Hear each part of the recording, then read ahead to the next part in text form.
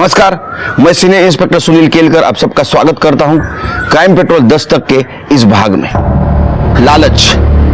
लालच सबसे बड़ा अपराध है। लालच उस एक इंसान को बर्बाद नहीं करता बल्कि उससे जुड़े हुए हर इंसान को मुश्किल में डालता है।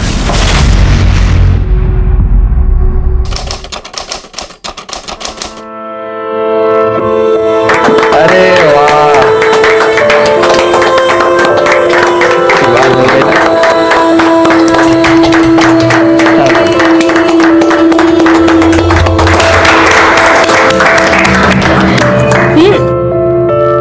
खुश रहो। भाऊजी की पसंद तो बहुत ही अच्छी है, मुझे तो मेरी बहन मिल गई। अरे बाबा अभी सारी बातें यही करोगी? बहू को अंदर तो ले जाओ। चलो पापा का आशीर्वाद। ये बाबा का आशीर्वाद ये। सौभाग्यवती भव, खुश रहो। और वहीनी, मैं हूँ विकास। चलो अच्छा हुआ ना, मुझे दो वहीनी मिल गई। हाँ, एक से तो तेरी गाड़ी चलती नहीं है, कॉलेज में भी दो लड़कियों को लेके घूमता है। विकास, तू यहाँ क्या कर रहा है? चल विनोद, आओ छू, विकास के बाबा। ठीक है, तू देख क्या रहा है? चलना, पढ़ाई वढ़ाई नहीं करनी क्या?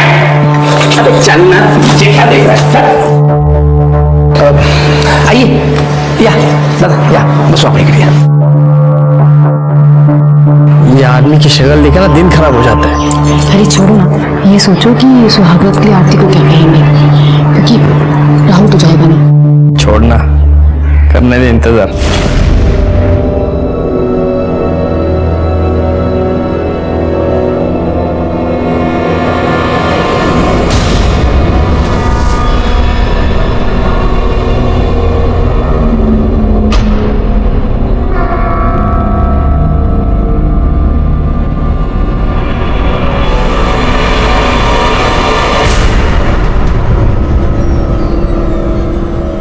अरे नाही, रडायचं नाही करण, बाळ रोने का नाही। आजा आजा आजा आजा आजा आजा। अरे वाह वाह वाह, शाबाश शाबाश शाबाश लता।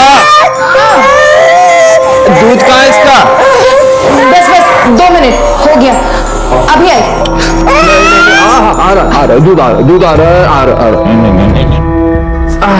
शाबाश, नाम करो। अरे ले मेरा बच्चा, लाइए दीजिए। ना ना ना बेटा, ना रोना नहीं।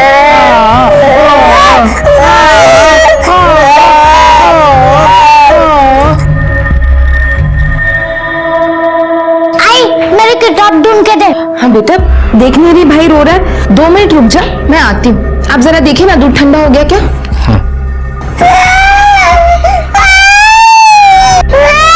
आई, मुझे मेरी किताब दे, उसे बाद में देखो। बेटा वो भूखा होगा, बस दूध पिलाने दे, मैं देती हूँ। आई, दे ना मुझे किताब। ऐसे बच्ची को कोई मारता है क्या? स्नेहा बेटा, अरे रुक जा स्नेहा। हाँ बीना, दिन ब दिन जिद्दी होते जा रही है वो। छोड़ो उसे, इससे दूध पिलाओ।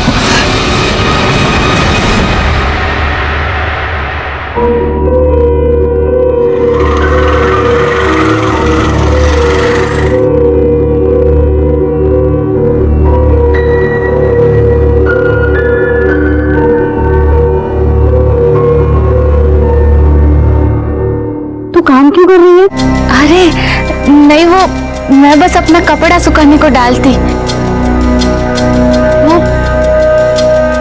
ये कहाँ को जाती? एक बार आती भी नहीं, बात भी नहीं करती। बात करने की बड़ी जल्दी है, सिर्फ बात ही करनी है ना, या कुछ और भी? अयो अप्पा, नहीं, मेरे को समझ नहीं आती।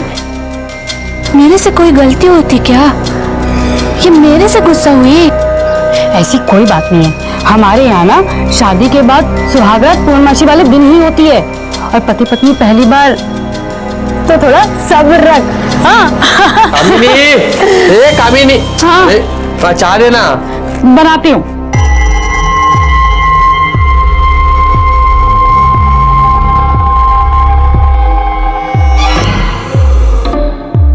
पूछ रही थी राहुल क्यों नहीं है? आज तो 12 तारीख है, अभी वक्त है ना। पर ये सब जो हम कर रहे हैं ठीक है ना? कोई लफड़ा तो नहीं हो जाएगा? तू चिंता मत कर, सब ठीक हो जाएगा, मैं हूं ना। चल चाय बना।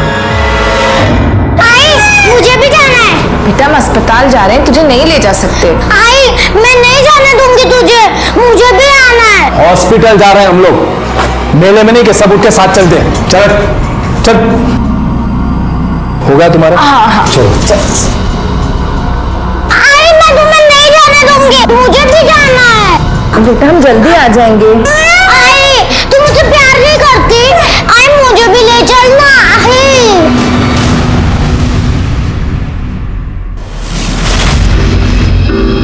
किसके सपने देख रही हो? देवर जी के? उसका पास तो सपने में भी आने को टाइम नहीं। इतना गुस्सा? अरे जितनी तड़प तुम्हें है उतना ही देवर जी भी तड़प रहे हैं। पर अब बस, आज पूर्णमासी है, तेरी सुहाग रात की रात है। नई साड़ी और दोबारा से दुल्हन की तरह तैयार हो जा। जल्दी तैयार हो।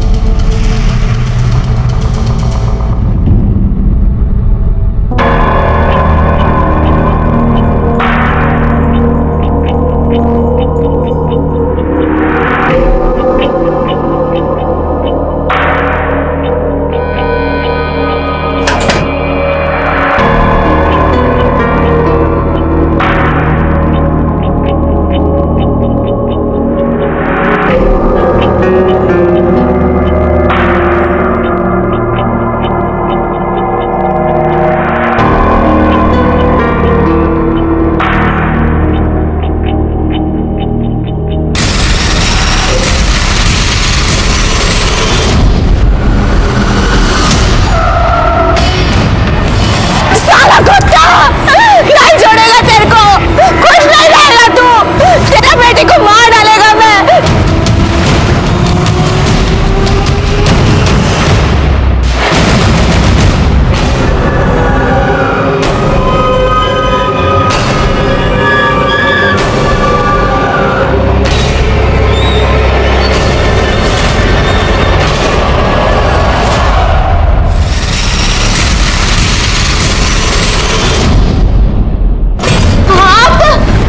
आप इधर क्या कर रही हैं? क्या कर रहे हैं मतलब?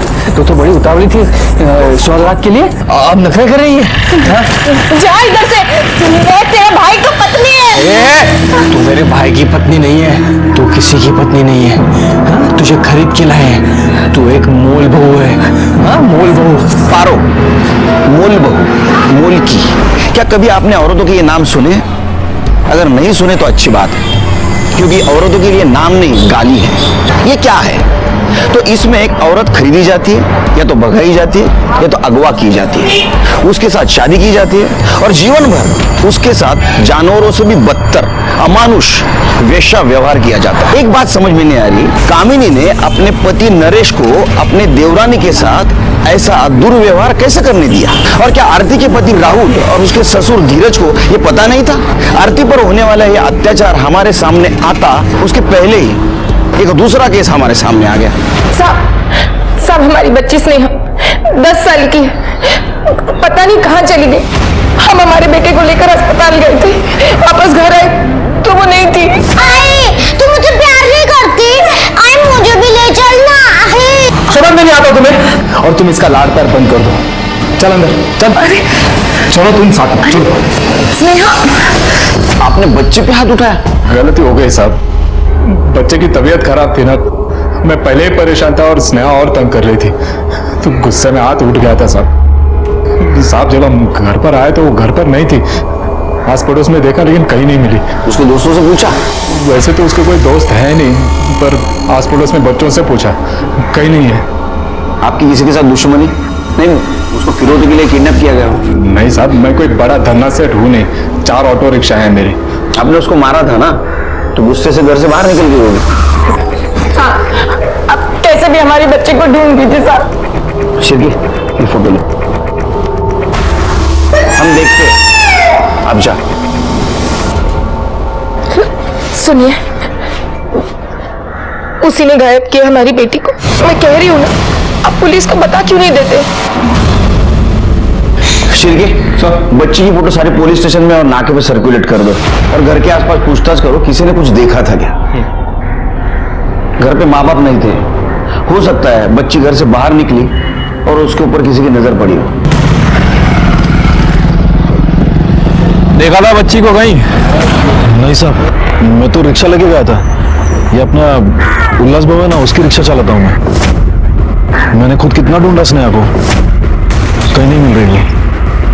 अब तो ऐसे परेशान हो रहे हैं वो दोनों। बच्ची पर तो किसी का ध्यान ही नहीं था। वो उल्लास तो हमेशा कितनी मारपीट करता था।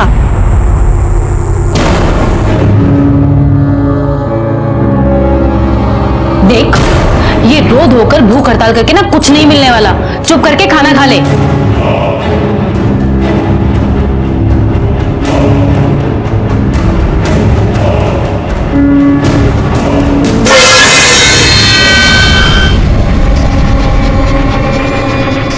ये क्या किया तूने? घटिया, ये सब घटिया।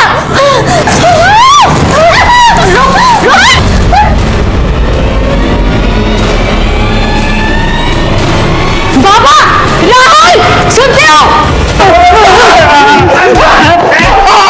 एक मिनट। हेलो, क्या?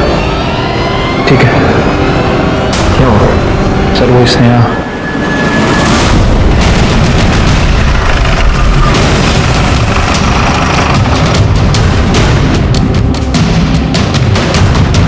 सर या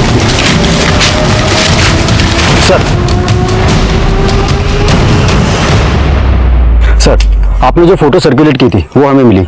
बॉडी स्नेहा की ही है, पत्तों से ढकी हुई थी और सबसे पहले इन्होंने देखी। साहब मैं रास्ते से अपने गांव जा रहा था, तब मैंने इसे देखा। कुछ मिला आसपास? नहीं सर।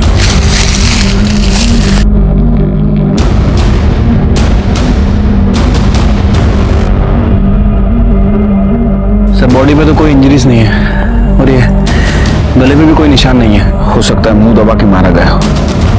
बॉडी को पोस्टमार्टम के लिए भेज दो और उसके फैमिली को इन्फॉर्म कर दो। मेरी बच्ची।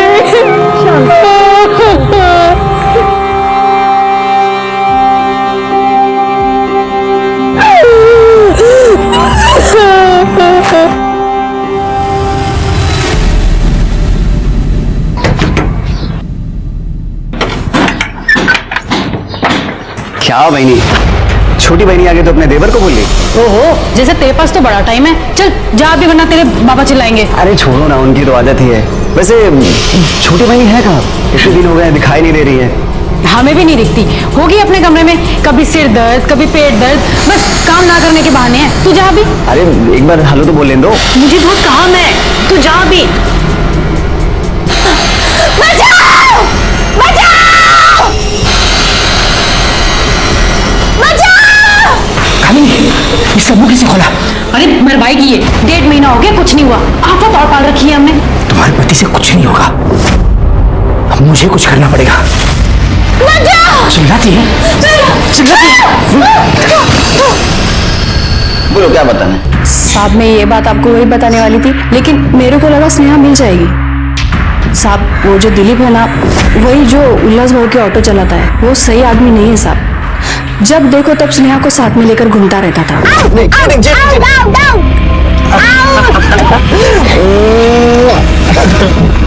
स्नेहा क्या कर रही है तू यहाँ? चल घर चल। काकी मैं तो खेल रही थी। चल घर चल। और तू दूर है ना इससे। मैं तो खेल रहा था उसके साथ। काकी मैं तो खेल। सुनो तो सही। लता देखो आजकल समय ठीक नहीं चल रहा है।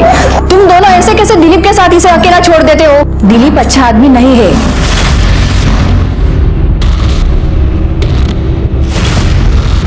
सुना आंटी ने क्या कहा? अब तुम दिलीप के साथ नहीं खेलोगी। खेलना है तो अपने भाई के साथ खेला करो। ये मेरा भाई नहीं है ना। ये तेरा ही भाई है। सुनिए ना, ये दिलीप ठीक आदमी नहीं है। आप उसे नौकरी से निकाल क्यों नहीं देते? अरे वो अच्छा आदमी है, कोई मचमच नहीं है, पैसा टाइम पे देता है, और क्या चाहिए? लता भी दिलीप को पसंद नहीं करती थी, और उल्लास भाई वो तो किसी की बात नहीं सुनते थे। और स्नेहा है, वो अपने छोटे भाई के घर में आने के कारण हमेशा उस पर चिढ़ती रहती थी और एक ही रट लगाए रहती थी, ये मेरा भाई नहीं है, ये मेरा भाई नहीं है। बच्ची है ना साहब, जैसे बड़े भाई बहन अपने छोटे भाई बहन पर चिढ़ते रहते हैं वैसे ही। और इसी के कारण स्नेहा घर में टिकती भी नहीं थी। और लता के पास तो टाइम ही नहीं था। क्या बात करे साहब, वो तो मेरे बच्चे जैसे थी। बच्ची जैसी थी? हैं? तू उसके घर पे गया तो क्या बोली स्नेहा तेरे को? कब? मैं नहीं गया उसके घर में, मुझे मैंने देखा भी नहीं ना। तू वहां नहीं गया था ना? नहीं। ये क्या है? ये कॉल लोकेशन से तेरी समझा?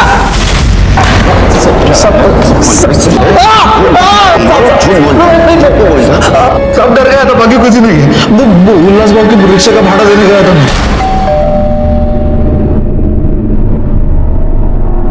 तेरा बाबा कहाँ है? घर पे नहीं है, और आई? वो बाबा के साथ घूमने गए। तू नहीं गई उनके साथ? क्या हुआ बोलना, तू नहीं गई? नहीं, वो मुझसे प्यार ही नहीं करते, बस करण से ही करते हैं। ऐसी बात नहीं है बेटा, सब तुझसे प्यार करते हैं। बाद में मैं वहां से वापस आ गया। झूठ बोलता है तो। तेरी नजर बच्ची पे थी, बच्ची घर पे अकेले तूने देखा, उस पर जबरदस्ती करने की कोशिश की, वो मानी नहीं, तूने उसको मार दिया। नहीं साहब, मैंने कुछ नहीं किया है। सब बुरी नजर तो ना वो गणपत की थी। जब से करण पैदा हुआ ना, तो लता वहीनी का ध्यान सिर्फ करण पे ही था। स्नेहा को कोई देखता ही नहीं था। वो उसको रोकने टोकने वाला कोई नहीं था ना, तो उठ के वो दुकान पे जाती थी गणपत के, चॉकलेट देता था ना, तो वो उसके बदन पे से हाथ घुमाता था। साहब मैंने कितनी बार देखा है। मुझे पप्पी दे। बोल, और क्या चाहिए तुझे? सही आदमी नहीं है वो साहब। तेरे पे आ रहा है, तू गणपत का नाम ले रहा है? नहीं, सब सच बोल रहा हूँ मैं। अभी कहा तू सच बोल रहा है, तू सच बोलेगा। जब पुलिस के डंडे गिरेंगे, पूरा सूझेगा ना, उसके ऊपर नमक लगाऊंगा, तब तू सच बोलेगा। यार सोलून का लगा। नहीं साहब, निकाल ये स्नेहा की पीएम रिपोर्ट है। रिपोर्ट के मुताबिक बच्ची का ब्रेन हेमरेज हुआ है, इसकी वजह से उसकी मौत हो गई है। या तो उसे जोर से धक्का दिया गया या फिर थप्पड़ मारा गया। सर पोस्टमार्टम में मेंशन है कि बच्ची की बॉडी पे कहीं भी स्ट्रगल का निशान नहीं है और शायद रेप भी नहीं किया गया है। हो सकता है स्नेहा के साथ रेप करने की कोशिश की गई हो, वो नहीं मानी, उसको झापड़ मार दी। पहले इस गणपत को देखते हैं।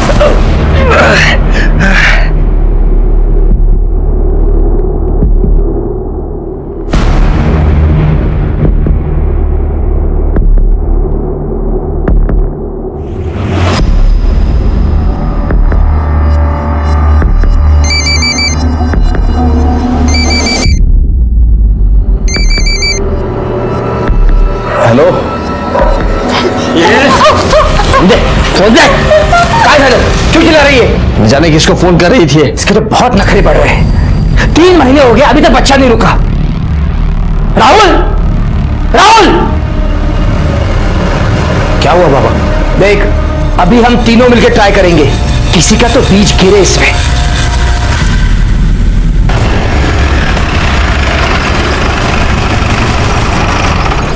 अरे गणपत, क्या मुर्गी का है क्या मुर्गे का अंडा है? क्या साहब, आप भी मजाक कर रहे हो?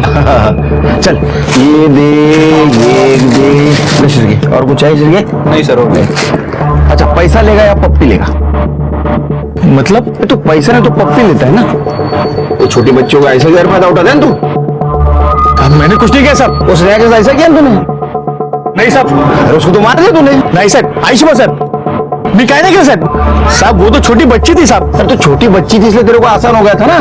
उसके माँ बाप घर से बाहर निकल गए, वो घर में अकेली थी, तो घुस गया, बलजबरी करने की कोशिश की, उसने ना बोला, उसको झापड़ से मार दिया, मर गए हो। सब मैंने नहीं मारा उसको सर। सर मैंने कुछ नहीं किया। आयुष्मान सर।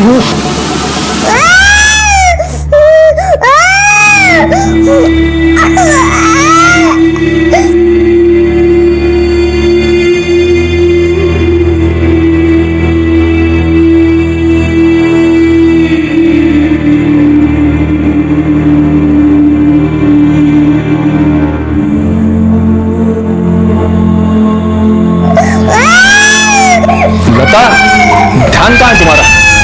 करण कब से रो रहा है? लता, लता, ध्यान कहाँ है तुम्हारा? करण कब से रो रहा है? मैं कह रही हूँ, पुलिस को बता देते कि उसी ने किया है। आई सब। दिलीप के कॉल लोकेशन के अकॉर्डिंग वो उस दिन दोपहर में यहां आया था। हमें उसके ऊपर शक है।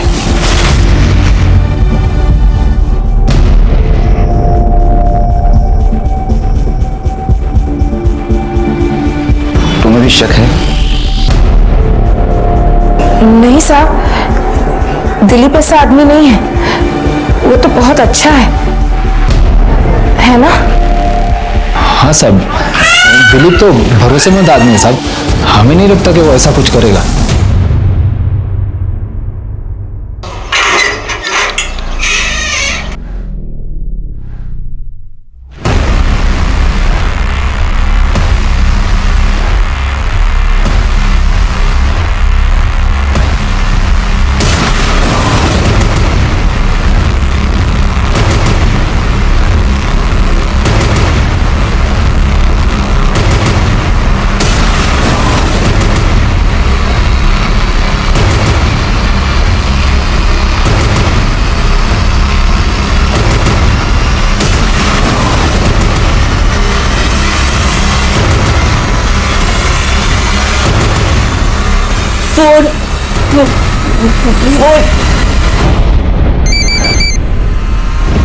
हेलो हेलो हेलो बाबा।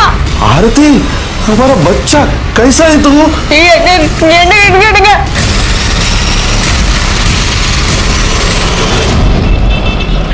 ये दिलीप और गणपत तो कुछ बोल ही नहीं रहे सर। ठीक है, हो सकता है कुछ और खिचड़ी पकाई जा रही हो। देखो, लता की पड़ोसन शांति का क्या कहना है कि लता दिलीप को बिल्कुल पसंद नहीं करती थी, और जब हम भी दिलीप पर शक जता रहे थे तो लता उसकी साइड ले रही थी। दिलीप ऐसा आदमी नहीं है, वो तो बहुत अच्छा है। किसी की बच्ची मर जाए तो उसको तो हर किसी पे शक हो सकता है, फिर लता ऐसा क्यों बिहेव कर रही थी? दूसरी चीज, उनके पड़ोसियों का यह कहना है कि उल्लास स्नेहा से बहुत मारपीट करता था। हो सकता है कि उसने गुस्से में स्नेहा को जोर से झापड़ मारी, स्नेहा मर गई, और ये सब कुछ दिलीप को पता है, इसलिए वो दिलीप को बचाने की कोशिश कर रही है, ऐसा बिहेव कर रही है। सर, हमको आपसे बात करने का है। साहब, मेरा नाम सुंदर है। बेंगलुरु के पास एक छोटा सा गांव है, वहां हम रहता। सर, हमारा सिस्टर का बच्ची आरती यहां कहीं रहता, उसका फोन आया था, बहुत तकलीफ में था। वो हमको बोला कि वो लोग उसको बंद करके रखा। सर, बच्चा के वास्ते उसको खरीद कर लाया। उसका वो ससुर, उसका पति और वो पति का भाई बहुत गंदा काम करता है उसके साथ। बहुत तकलीफ में है हमारा बच्ची। सर, मैंने फोन किया था, लेकिन आप लोगों ने कुछ नहीं किया। नहीं, हमें कोई फोन नहीं आया। सर, किया था, मैंने फोन किया था। चलिए, सबको बुला कर।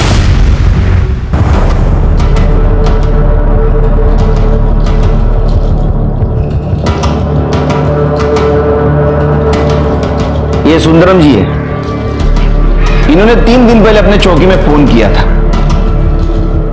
किसने रिसीव किया था? सर, मैंने रिसीव नहीं किया। सर, मैंने भी रिसीव नहीं किया।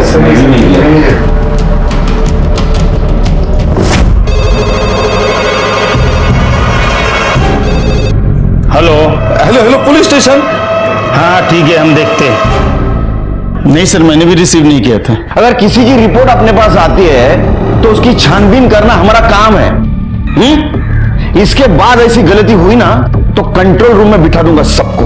जिंदगी भर फोन रिसीव करना पड़ेगा। क्या एड्रेस दिया था आपके भांजे ने?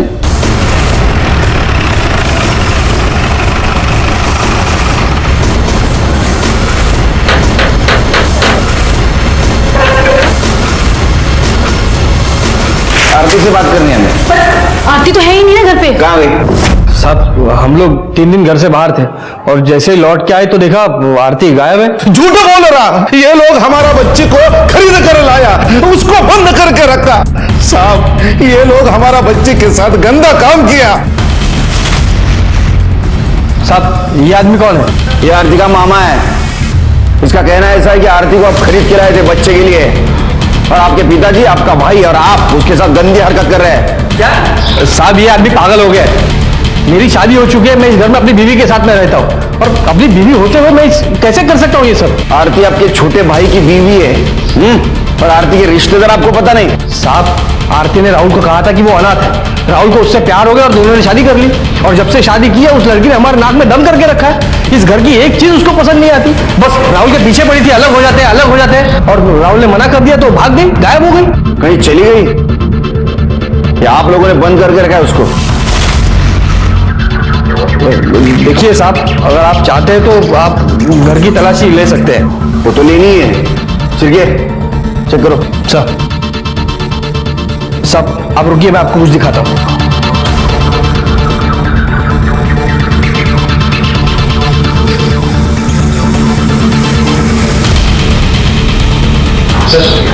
आरती तो नहीं है सर। ये देखिए सर, ये उनकी शादी की फोटो और ये मैरिज सर्टिफिकेट आरती और राहुल का। आरती गायब हो गई थी तो आपने मिसिंग कंप्लेंट क्यों नहीं की? मुंह पर कालक पोत के गई थी तो कैसे कंप्लेन करते सर? और हमें तो लगता है कि उसका चक्कर चल रहा था किसी के साथ में तो भाग गई। अरे क्या बोल रहे? आपके ऊपर नजर रहेगी हमारी। सिरके अच्छा पता करो आरती कहाँ जा सकती है। अरे फोटो सर्कुलेट कर दो। साहब ये सब झूठ बोल रहा है। ये सब लोग हमारा बच्चे के साथ कुछ तो गलत किया। किस नंबर से फोन आया था आपको? हाँ साहब, ये।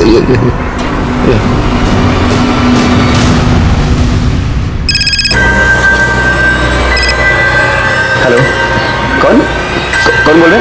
तेरा पुलिस अंकल। कहाँ है रे तू?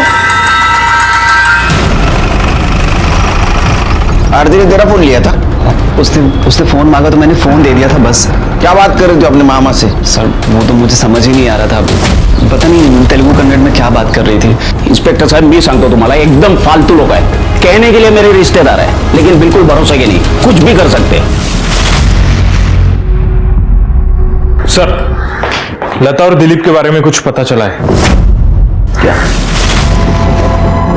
दिलीप? जब हमने लता से कहा कि हमें दिलीप के ऊपर शक है कि उसने स्नेहा का मर्डर किया, तो उसने क्या कहा? उसने कहा दिलीप ऐसा कर ही नहीं सकता। ऐसा क्यों कहा? क्यों मतलब वो नहीं जानती है मेरे को, और स्नेहा को भी वो बहुत प्यार करता था ना साहब। स्नेहा को प्यार करता था या वही से प्यार करता है? क्या कह रहे हैं साहब? कुछ भी मतलब मैंने कह रहा हूं तुम्हारे कॉल डिटेल्स कह रहे हैं। कितनी बातें करता था तू लता से? कितनी बातें लता से करता था? हाँ साहब बात तो करता था लेकिन वैसा कुछ भी नहीं है, बस बात होती थी। ये तेरे बिल जिस होटल में मिला ना वो सब बिल। अब तो सच बताएगा या नहीं बताएगा? हाँ साहब बताता हूँ। हाँ लता अच्छी लगती है मेरे को और वो भी मुझे पसंद करती है। पहले सब कुछ ठीक था पर पता नहीं एकदम से उसको क्या हो गया।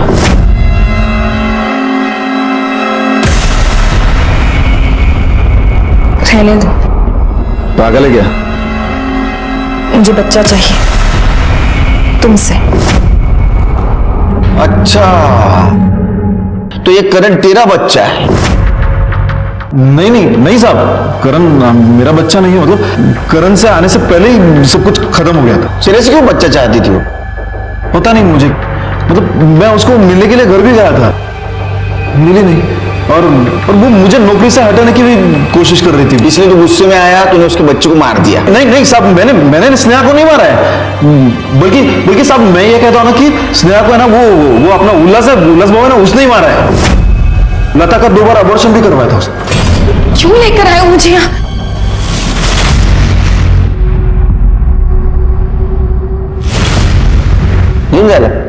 चल सब जा। साहब मुझे यहाँ क्यों बुलाया है? बैठो। देखो हम तुम्हारे घर में भी तुम्हारी पूछताछ कर सकते थे लेकिन तुम्हारे पति के सामने बात करना हमें अच्छा नहीं लगा। देखो आधी कहानी उसने बता दी है, पूरी तुम करो। तुमने 2 बार एबॉर्शन करवाया था? 2 बार नहीं साहब, 3 बार। उल्लास लड़का चाहते थे, 2 बार लड़की होने वाली थी तो अबॉर्शन करवा दिया। बेटे के लिए मैंने दिलीप के साथ, लेकिन उससे भी लड़की मिली तो मुझे फिर अबॉर्शन करवाना पड़ा। लेकिन उसके बाद उल्लास से मुझे करण होने वाला था। मैं चाहती थी सब ठीक ठाक हो जाए मुझसे कोई गलती ना हो, इसलिए 9 महीनों के लिए मैं पुणे चली गई अपनी माँ के पास। मैं दिलीप से कोई रिश्ता नहीं रखना चाहती थी उसके बाद। साहब, आप ये सब बातें उल्लास को तो नहीं बताएंगे ना? मैं बेटी तो खो ही चुकी हूँ, अब पति नहीं खोना चाहती। जाओ।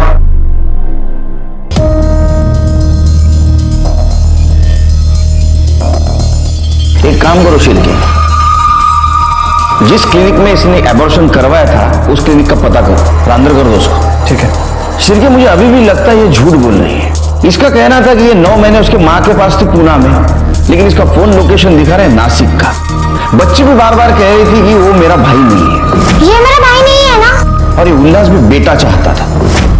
कहीं ऐसा तो नहीं इन्होंने किसी और के बेटे को उठा लाया हो, खरीद लिया हो या किडनैप किया हो?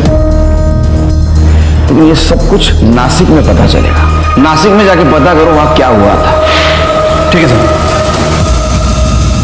हाँ साहब, कुछ महीने पहले यहाँ रहने आए थे पर कभी बाहर नहीं निकलते थे। एक दिन किसी औरत के साथ बहुत लड़ाई हुई उनकी।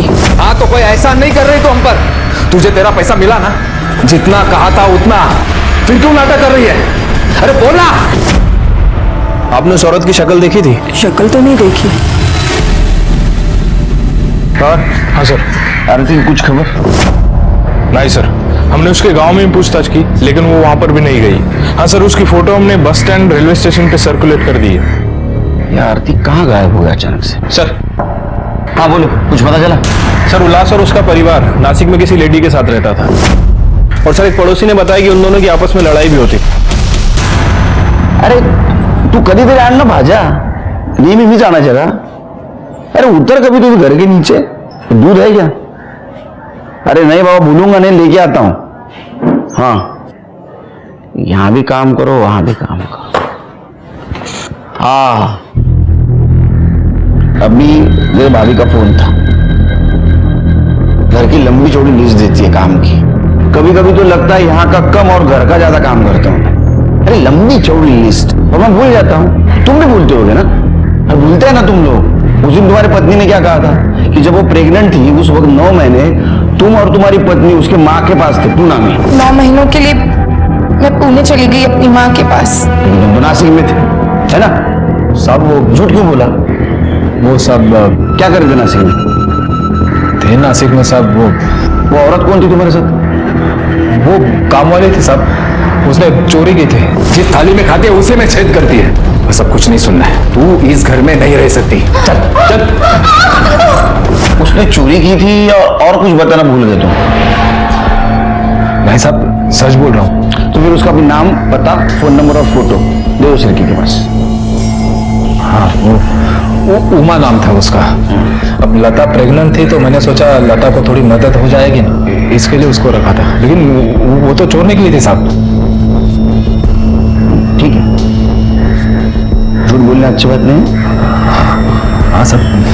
जा।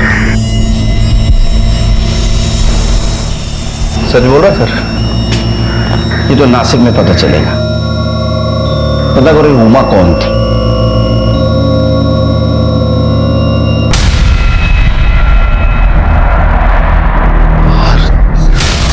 साहब साहब साहब, वो आदमी। कौन आदमी? हमारे आरती के साथ था, वो दिखा था मैं। चलो जल्दी चलो, उधर इधर रे, बाहर आ जाओ। साहब मैं दिखा था, आओ आओ साहब, आओ आओ। वो आदमी था, वो आदमी था ये। हाँ साहब, मैंने देखा था, ये मेरा बच्चा आरती के साथ था हमारा।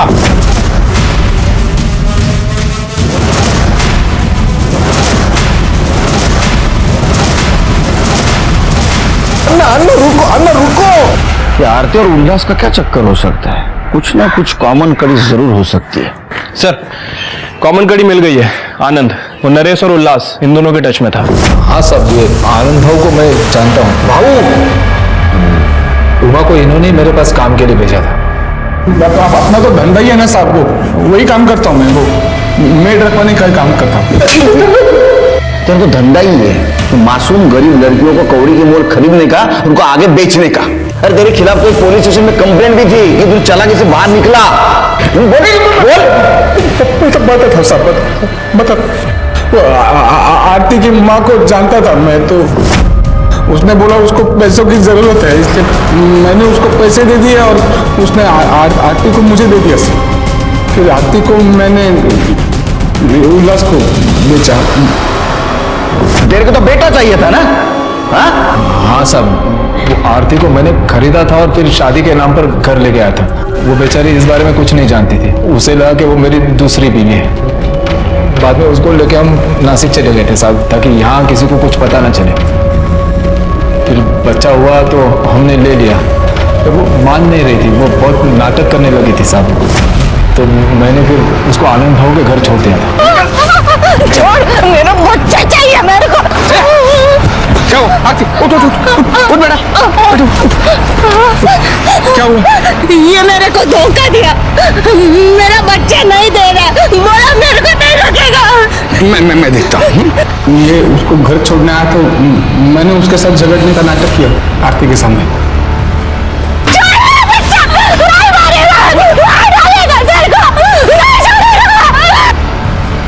लेकिन फिर 3-4 महीने के बाद उसे थोड़ा सा समझाया और वो राहुल के साथ शादी कर दी उसके साथ। शादी करवाई थी या बच्चे के लिए फिर से बेचा था उसको?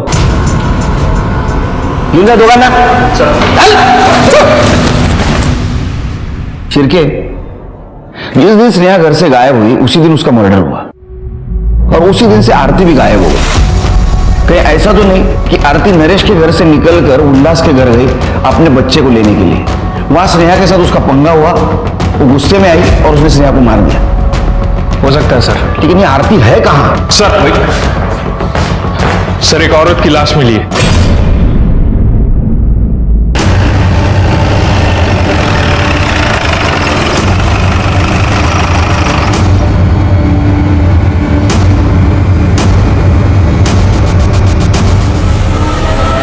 सर ये तो आरती है और बॉडी की हालत भी बहुत खराब लग रही है। शिरके, इसके हाथ पर निशान देख रहे हो? इसे कोई बांध के रखा गया था, काफी टॉर्चर भी किया गया। बॉडी को पोस्टमार्टम को भेज दो और ये आनंद और नरेश की पूरी फैमिली को उठा के लाओ। उनकी कॉल लोकेशन भी चाहिए मुझे। ठीक है सर। एम्बुलेंस बुलाओ। सर, आरती की पीएम रिपोर्ट। सर रिपोर्ट के मुताबिक उसकी मौत गला दबाने की वजह से हुई है और सर रिपोर्ट में यह भी मेंशन है कि उसके साथ कई बार बलात्कार किया गया है। बॉडी पे स्ट्रगल के निशान भी है, मतलब सर हो सकता है कि उसे बांध कर रखा गया था। उसके पेट में अन्न का एक भी दाना नहीं था और सर जब हमें उसकी बॉडी मिली उस वक्त भी उसके साथ रेप किया गया था, क्योंकि बॉडी पे सीमेंट के ट्रेसेस मिले। Call location I? ये लोग वहीं थे ना जहां हमें बॉडी मिली? नहीं सर, एक नई बात सामने आई है।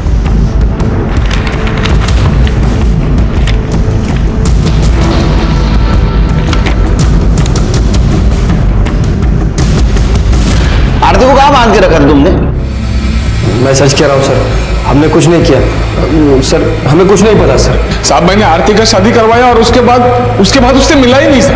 तो तुम्हारा ये कहना है कि आनंद को तुम फिर कभी मिले ही नहीं, लेकिन तुम्हारे फोन लोकेशन के अकॉर्डिंग जिस दिन आरती गायब हुई उस दिन तीनों तुम साथ थे। पहले तुम तीनों आनंद के घर गए, वहां से तुम उल्लास के घर गए। क्या करने गए थे? स्नेहा को मारने गए थे या आरती के पीछे गए और वहां स्नेहा को मार दिया? हाँ साहब, ये तीनों मेरे पास आए थे। अरे 2 लाख रुपए दिए थे लड़की के, 3 महीने हुए बच्चा नहीं हुआ। ये कैसा खराब माल दिया तूने हमको? लेकिन तुम मेरे ऊपर क्यों गुस्सा हो रहा है? हा? अभी जा रहे हैं ना उल्लास के घर, तो सामने सामने बैठ के बात कर ले, जो भी है।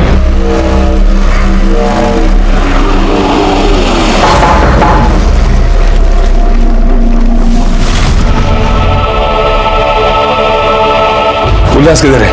बाबा घर पे नहीं है। साहब उल्लास घर पे नहीं था तो हम सब वापस आ गए। हम लोग जब वापस घर आए तो देखा आरती गायब थी। हाँ, और मैं तो पड़ोस में गई थी, मुझे तो कुछ पता ही नहीं। उल्लास के घर कैसे गए? अपनी गाड़ी में। और आनंद के घर?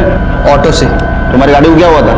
साहब वो पुरानी हो गई थी तो बेच दी, अभी नई लेने वाले।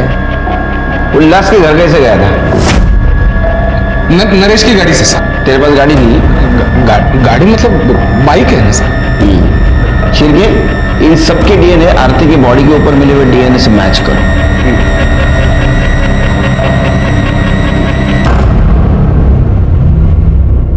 शिरके दोनों झूठ बोल रहे हैं, इनके पास गाड़ी नहीं है। लेकिन उन्होंने गाड़ी यूज की है। एक काम करो, इनकी कॉल डिटेल्स चेक करो और देखो किसी ट्रैवलर को फोन किया था। ठीक है सर।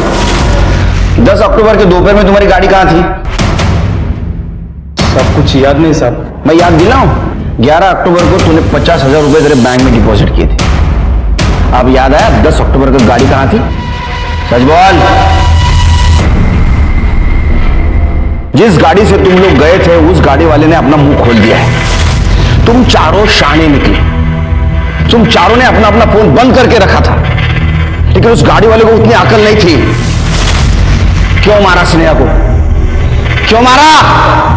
सब मैसेज कह रहा हूँ साहब, हम उसे मारना नहीं चाहते थे साहब। बाबा बाहर है। बाहर है, अंदर छुप के बैठा है। चल बाहर है, चल अंदर चल।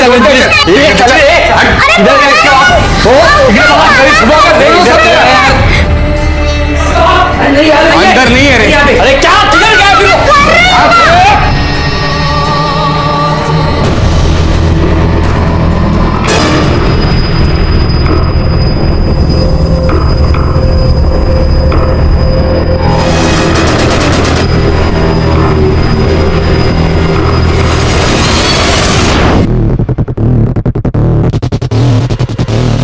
ये क्या यार तुम? ए लड़की, ये तो मर गई है यार तुम। आरती को तूने बांध के रखा था ना? हाँ साहब। हाँ तो फिर जब हम तुम्हारे घर आए तो हमें कुछ क्यों नहीं मिला? साहब, क्योंकि आपके पुलिस स्टेशन से वो राम कदम हवलदार ने हमको 3 दिन पहले ही फोन करके सब कुछ बता दिया था। नरेश भाऊ, तुम्हारे खिलाफ थाने में कंप्लेंट आया है। राम कदम, पहले तो उसको सस्पेंड करता हूं, बाद में देखता हूं। आरती को क्यों मारा? साहब मैं सच कह रहा हूँ साहब, हमने आरती को नहीं मारा। अरे तुम लोगों ने नहीं मारा तो किसने मारा? साहब अब मुझे लगता है कि उसको विकास ने मारा होगा साहब, क्योंकि कामिनी ने उसकी वीडियो निकाली थी जब वो आरती का रेप कर रहा था। तुम्हें शर्म आनी चाहिए, तुम औरत हो। और साहब उसके बदले में हमने उसके बाप से एक घर लिखवा कर लिया था जो डिस्प्यूटेड था, और उसकी हमारी केस चल रही थी।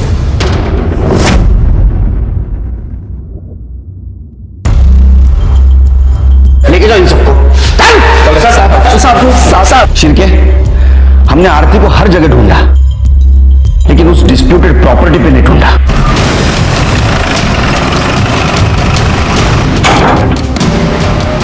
इधर देखो, और देखो। शिरके देख रहे हो? यहाँ रस्सी पड़ी है, खाना पड़ा है।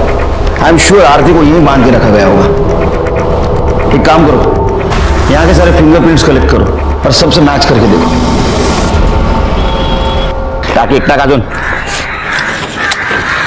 सर सभी की डीएनए रिपोर्ट आ गई है। आरती की बॉडी पे विकास का डीएनए मिला है सर। इसका मतलब आरती को विकास ने बांध के रखा था। आरती के साथ रेप भी विकास ने किया और आरती को मारा भी विकास ने। हो सकता है सर। वैसे वहां एक और इंसान के फिंगरप्रिंट मिले हैं। किसके? मैंने मारा है आरती को। माझ्या या बिंडो पोरामुळे मला आरतीला मारावं लागलं। इसने उसके साथ रेप किया और उसके बदले नरेश ने मेरे पास से वो घर लिखवा लिया।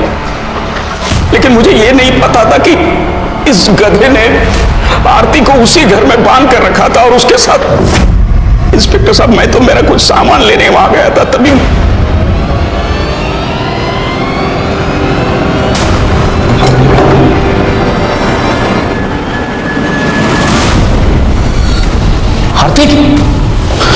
आरती तुम यहाँ? आरती संभल के, ये क्या? गंदा काम किया मेरे साथ बाबा। राहुल,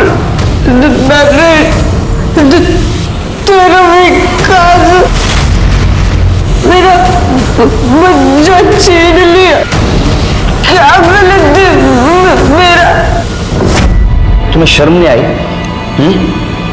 अरे तुम वकील हो, वकील। तुम्हारा काम है लोगों को न्याय दिलाना। इस केस से जुड़े हुए हर इंसान को उसके किए की सजा मिली। मर्दों ने तो अपराध किया था, लेकिन कामिनी और लता, वो तो औरत थी। उनको तो औरत का दर्द मालूम था। क्या उन्हें दस्तक नहीं मिली थी कि बच्चे के लालच में वो बहुत बड़े अपराध का साथ दे रही है? लालच कोई भी हो, उसका अंजाम बुरा ही होता है। देखते हैं हमारे आज के एपिसोड की दूसरी कहानी। सर, आप जब ये लेटर पढ़ रहे होंगे तब मैं इस दुनिया में नहीं होंगी। उस दिन पूरा देश होली के रंगों के साथ जश्न मना रहा होगा, पर मैं जिंदगी के अंधेरों में खो चुकी होंगी। लेकिन मरने से पहले मैं डिक्लेयर करती हूँ कि मेरी मौत के जिम्मेदार रणजीत सिंह, मनोज कांत सिन्हा और चेतन कटारिया है। मेरी जिंदगी को न्याय नहीं मिला सर, पर मैं उम्मीद करती हूँ मेरी मौत को न्याय जरूर मिलेगा।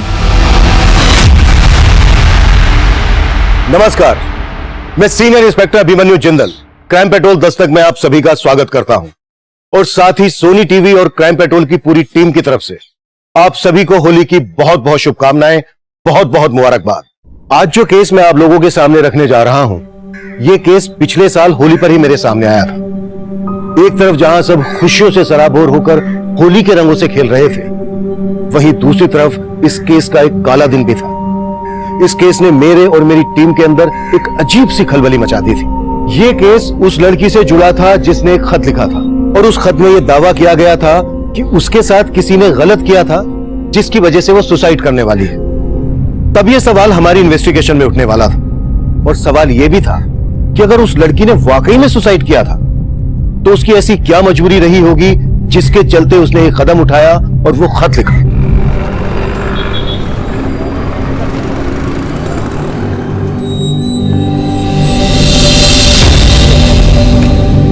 आओ, मैं तो छोड़ देता हूँ, तुम्हारा किराया बच जाएगा।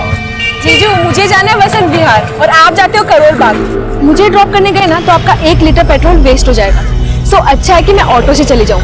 और देखो, ऑटो भी आ गया। ऑटो, अरे ऑटो। जीजू, thanks and bye.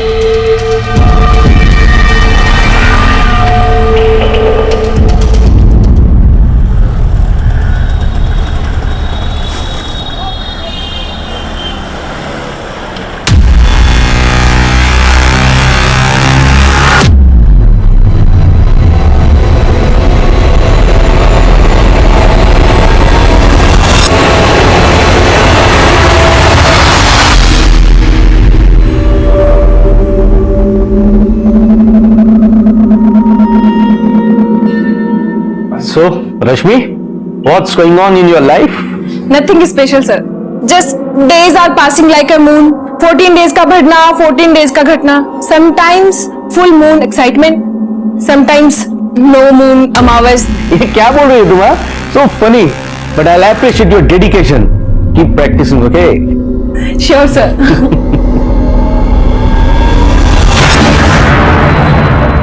One second, sir. Yeah, sure.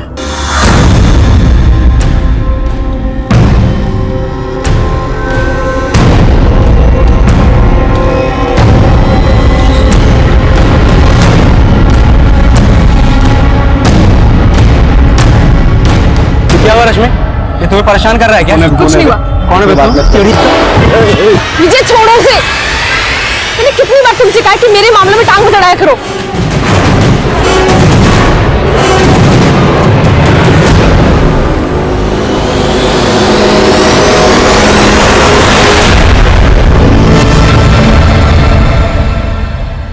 May I come in, sir?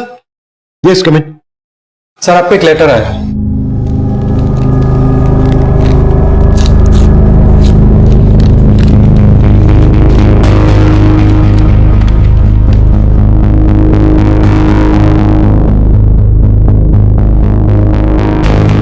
ये लेटर रश्मि नाम की एक लड़की ने लिखा है। वो लिखा है कि जब हम ये लेटर पढ़ रहे होंगे तो सुसाइड कर चुकी हो। इस सुसाइड के लिए उसने 3 लोगों को जिम्मेदार ठहराया है: रणजीत सिंह, मनोज कांत सिन्हा और चेतन कटारिया। लेकिन सर, एक बात है, रश्मि ने इस लेटर में इन 3 लोगों को अपनी मौत का जिम्मेदार बताया, पर उसने ये नहीं लिखा है कि इन तीनों ने उसके साथ किया क्या। और हैरानी की बात यह है कि इस लड़की ने अपना एड्रेस लाजवंती गार्डन का लिखा है। अगर ये वहां की रहने वाली है तो फिर इसने ये लेटर यहां वसंत विहार थाने में क्यों भेजा? शर्मा, एक काम करो, लाजवंती गार्डन पुलिस को कांटेक्ट करो और पता करो कि वहां पर रश्मि नाम की किसी लड़की का सुसाइडल केस आया है क्या। Right sir.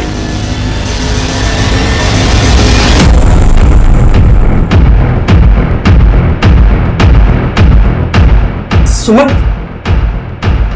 तो ठीक तो है ना? ना मेरी बच्ची। सुमन बेटा, रश्मि का कुछ पता चला? अरे भाड़ में गई रश्मि।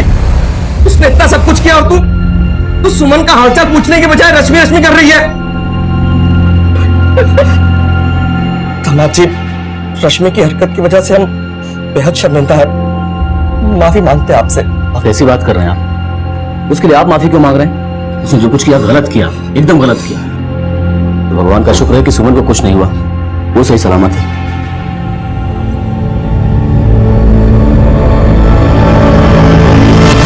मैं कम सर?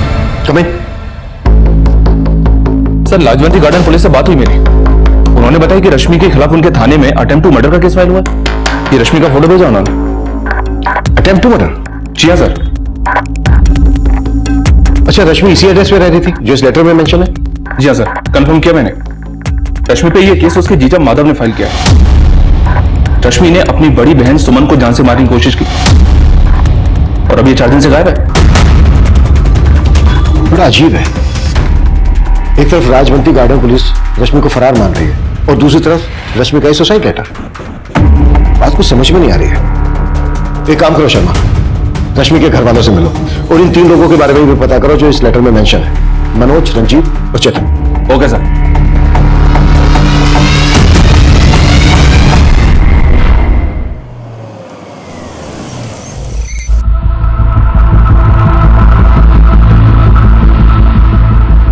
देखिए, भले ही आपने रश्मि के खिलाफ अटेम्प्ट टू मर्डर और चोरी का केस फाइल किया, पर उसने हमारे वसंत विहार थाने में एक लेटर भेजा है।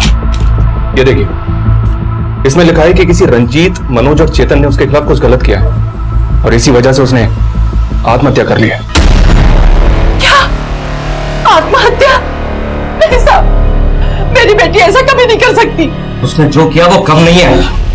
पहले तो अपनी बहन को जख्मी करके भाग गई और अब ये चिट्ठी लिखकर खुद को बचाने की कोशिश कर रही है।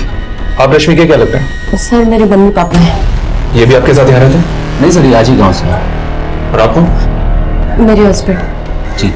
तो आप सब मानते हैं कि रश्मि ने आपको जान से मारने की कोशिश की, और ये जो लेटर उसने हमें भेजा है तो उसकी कोई चाल है? सर, हमें नहीं पता कि उस लड़की के मन में क्या चल रहा है, लेकिन उसने हम लोगों के साथ कभी भी अच्छा नहीं किया। मम्मी पापा के साथ रोहतक में रहती थी तो उन लोगों को तंग करके रखा था। मम्मी पापा ने उसे यहाँ भेजा तो छी, शर्म आती है मुझे उसे अपनी बहन कहते हुए। और सुमन जी, रश्मि ने आपको जान से मारने की कोशिश क्यों की? मेरा मतलब, क्या रश्मि का आपके साथ कोई झगड़ा हुआ था? मैं और मेरे हस्बैंड उसे यहाँ दिल्ली में सेट करना चाहते थे, पर उस लड़की के इंटेंशन ही गलत थे।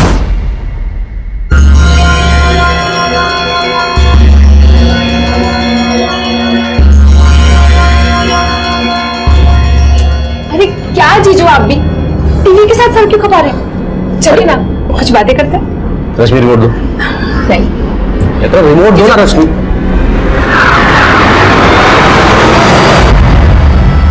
सॉरी जीजू। ओके।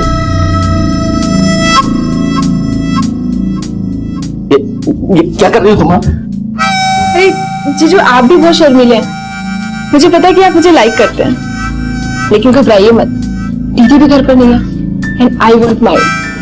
Stop it. रश्मि, क्या बदतमीजी है? अपनी हद में रहा करो तुम। जीजू? और सर, उसके बाद मैंने सुमन को फोन करके घर बुलाया और सब कुछ बता दिया। मुझे अपने घर में रहने की जगह दी और तुम मेरा ही घर तोड़ रही है। सुमन! सुमन! तुम आगे करो। सुमन! सुमन! एक्चुअली इसे सुमन की बिल्कुल पड़ी नहीं थी और उस घटना के बाद वो घर भी वापस नहीं आई। मैं तो पुलिस में कंप्लेन नहीं करना चाहता था, लेकिन जब सुमन को लेकर हॉस्पिटल गया तो वहाँ इसका केस देकर उन्होंने खुद ही पुलिस को बुला लिया। उसके बाद मालूम पड़ा सर वो फोन बंद करके गायब हो गई। सर, वो लड़की सुसाइड करने वालों में से नहीं है। वो शायद डर गई है और ये लेटर आपको लिखकर पता नहीं क्या साबित करना चाहती है।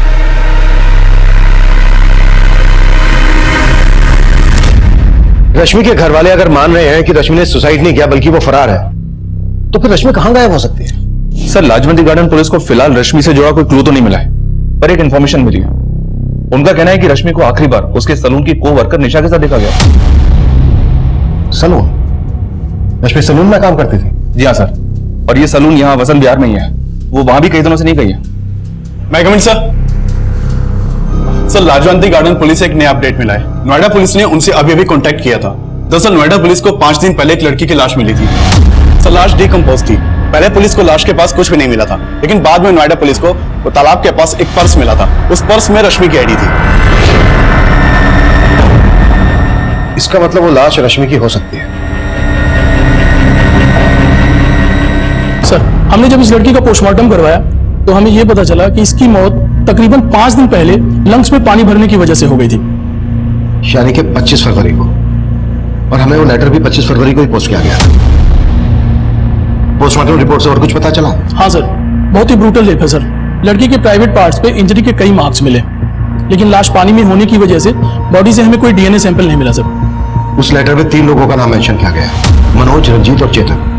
हो सकता है उन तीनों ने ही रश्मि का रेप किया हो, लेकिन रश्मि के घर वाले उस लेटर पर भरोसा नहीं कर रहे हैं। सर, ये चक्कर हमें भी समझ में नहीं आ रहा, क्योंकि उसके घर वालों में से कोई भी लाश की शिनाख्त करने नहीं आया। उनका यह कहना है कि रश्मि से उनका कोई लेना देना नहीं है। What? एक बात और गौर करने वाली है। रश्मि रहती थी लाजवंती गार्डन में, उसका ऑफिस था वसंत विहार में, और उसकी लाश मिली नोएडा में, जबकि उसने लेटर पोस्ट किया वसंत विहार थाने में। इसका मतलब यह है कि रश्मि ने यह तो डिसाइड कर लिया था कि उसे सुसाइड करना है, लेकिन रश्मि सुसाइड करने यहाँ नोएडा क्यों आएगी? रश्मि का वो खत, रश्मि के साथ हुई दरिंदगी और उसकी संदिग्ध मौत के कई राज छुपाए हुए थे। मीडिया ने भी इस केस को काफी सनसनीखेज बना दिया था, क्योंकि रश्मि का रेप हुआ था, और रेप जैसी दुखद घटनाएं हमारे देश और समाज में हमेशा एक संजीदा मुद्दा रहा है। आज के वक्त में रेप जैसे घिनौने अपराध आए दिन हो रहे हैं, और पुलिस को अब फिर उस लेटर की सच्चाई पे शक है। पुलिस कश्मकश में है कि नोएडा में मिली लड़की की लाश वाकई रश्मि की थी या किसी और की। पुलिस को कुछ समझ में नहीं आ रहा। भले ही रश्मि के घर वालों ने उस पर अटेम्प्ट टू मर्डर का चार्ज लगाया हो, लेकिन पुलिस को उस लेटर पर ध्यान देना होगा, क्योंकि ये मुद्दा रेप जैसे घिनौने अपराध से जुड़ा है।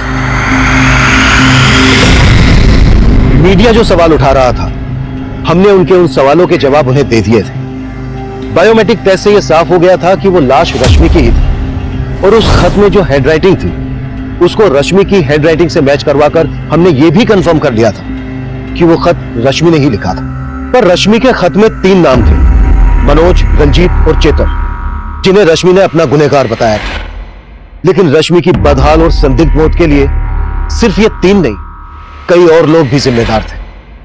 अब यह केस पूरी तरह से हमें सौंप दिया गया था, और हम रश्मि से जुड़े हर इंसान से मिलकर मनोज, रंजीत, चेतन सहित उसकी जिंदगी के हर खलनायक को खोज रहे थे।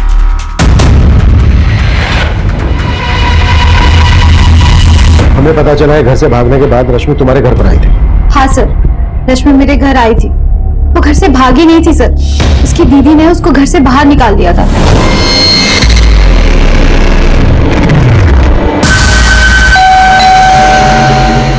मैं देखती हूँ।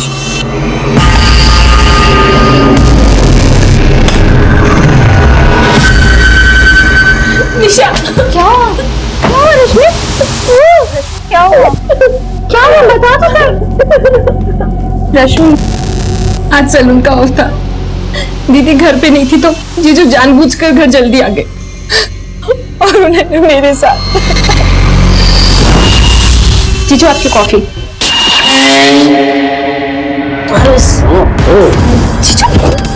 जीजू क्या कर रहे हैं आप? हटिए जीजू, अपने हाथ में रहे, समझे? सर, उसका जीजा बहुत बुरा है, और वो तो उसके घर में रहना भी नहीं चाहती थी। तो बस चाहती थी कि उसको एक अच्छी सी जॉब मिल जाए और वो कहीं और शिफ्ट हो जाए। तुम हमसे कुछ छुपा तो नहीं रही हो? सर, मैं आपसे क्यों कुछ छुपाऊंगी सर? आप चाहो तो सुकन्या से पूछ लो, वो भी हमारे साथ ही थी सर। ये सुकन्या कौन है? सर, मेरी फ्रेंड है। उस दिन हम दोनों रश्मि के साथ ही थे, लेकिन उसके जीजा का बार बार ही फोन आ रहा था। जीजू, आप चाहे किसी भी नंबर से फोन करो, मुझे आपसे बात नहीं करनी है। Sorry sir. Yes sir. Thank you sir. किसका फोन था रश्मि? जिसका मुझे कई हफ्तों से इंतजार था। निशा, मुझे जॉब इंटरव्यू का कॉल आया। क्या बात कर रही है? सर, उसके बाद रश्मि जॉब इंटरव्यू के लिए चली गई थी। मैंने उसको रात को फोन करने की भी कोशिश की, लेकिन उसका फोन बंद आ रहा था। फिर बाद में मुझे मालूम चला कि उसके जीजा ने उसके अगेंस्ट FIR फाइल की थी। सर मुझे तो लगता है उसकी जीजा ने जानबूझकर उसे फंसाया होगा। रश्मि इंटरव्यू देने कहाँ गई थी? सर वो तो मुझे नहीं पता, लेकिन उसने पैड पे एड्रेस लिखा था। हमें रश्मि का जो लेटर मिला है उसमें उसने 3 लोगों को मेंशन किया है, मनोज, रंजीत और चेतन। जानती हो उन्हें? नहीं सर, मैंने रश्मि के मुंह से इन तीनों का नाम कभी नहीं सुना। लेकिन हाँ सर, एक बात है, एक लड़का अक्सर सैलून पे आके रश्मि को परेशान करता था। कौन लड़का?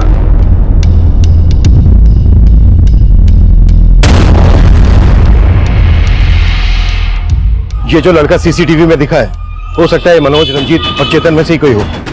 इस लड़के के बारे में पता था और रश्मि के जीजा की भी कुंडली निकालो। हो सकता है रश्मि पर उसकी गंदी नजर और रश्मि के कॉल रिकॉर्ड्स में मौजूद हर नंबर को इन्वेस्टिगेट करो। Right sir. रश्मि रेप और मर्डर केस में पुलिस इन तीनों लोगों को ढूंढ रही है जिनका नाम लेटर में लिखा था, जो रश्मि ने सुसाइड से पहले पुलिस को भेजा था। लेकिन पुलिस अब भी उन तीनों लोगों का नाम मीडिया में डिस्क्लोज करने से मना कर रही है। सुमन, हो सकता है तुम्हें कोई गलतफहमी हो रही है। रश्मि इतनी बुरी नहीं है जितना कि तुम लोग उसे बना रहे हो। मम्मी क्या कहना चाहती हैं? माधव बुरे हैं? अरे अपने आंखों पर से रश्मि के नाम की पट्टी हटाइए, वो ऐसी ही थी, तभी उसके साथ रेप हुआ है। अगर सही समय पर उसे संभाल लिया होता ना तो ये नहीं होता।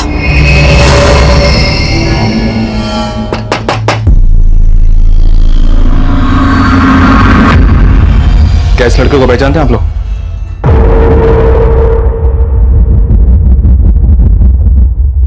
ये तो आदित्य है। आदित्य कौन? साहब ये रोहतक में रहता था। 1 साल पहले जब रश्मि हमारे साथ रहती थी तो ये उसके साथ भागने वाली थी।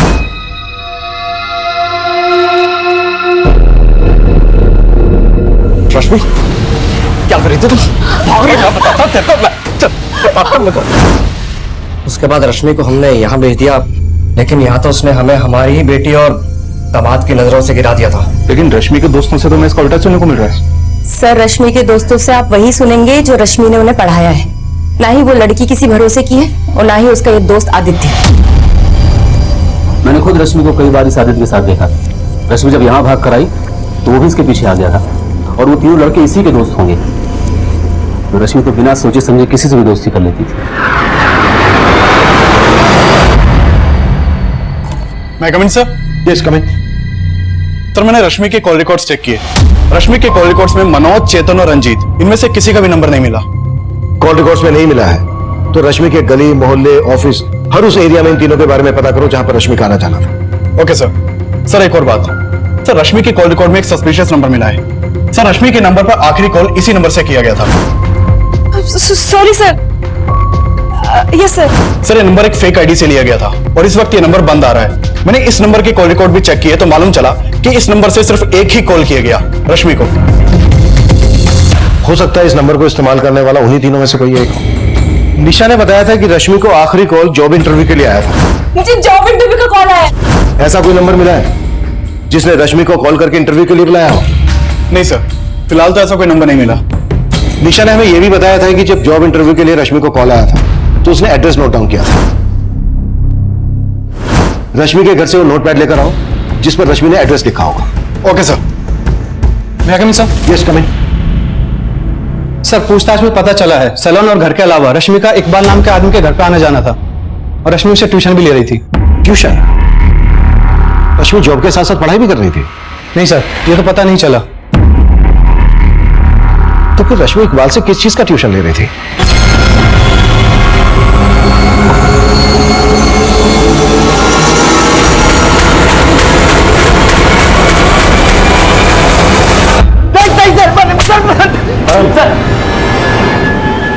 चलो जा सर मैं किसी चेतन, मनोज, रंजीत को नहीं जानता हूं सर। लेकिन हम तुझे जान गए। पिछले 1 साल से रश्मि का पीछा कर रहा था। अब अगर एक भी छूट बोला ना तो हमसे पीछा नहीं छुड़ा पाएगा। मैंने सर रश्मि के साथ कुछ भी नहीं किया सर। सर मैं तो रश्मि से प्यार करता था सर। सर 1 साल पहले हम लोग भाग के जा रहे थे सर। हमने प्लान भी बना लिया था, लेकिन सर मेरे पेरेंट्स की वजह से मैं नहीं जा पाया था सर। और इसी वजह से सर रश्मि मुझसे नाराज थी सर। मैं तो सिर्फ रश्मि को मनाने की कोशिश कर रहा था सर। वो नहीं मानी तो उसके साथ ये कांड कर दिया।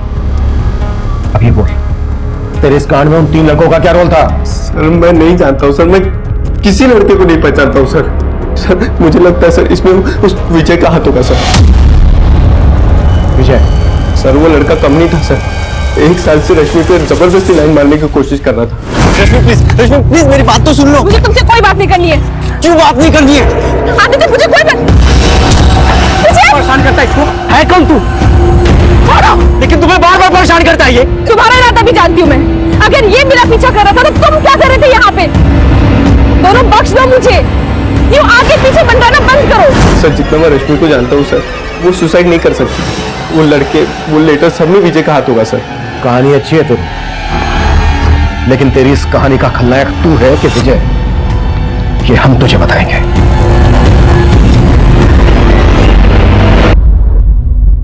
थैंक्स निशा, तुमने वो सब बातें पुलिस को नहीं बताई, वरना उनको गलतफहमी हो जाती। गलतफहमी तो तुम्हें थी कि रश्मि तुम्हारी हो जाएगी। पता नहीं तुम सच कह रहे हो या एनीवेज मैं हूँ तो तुम्हें टेंशन लेने की कोई जरूरत नहीं। I am always with you.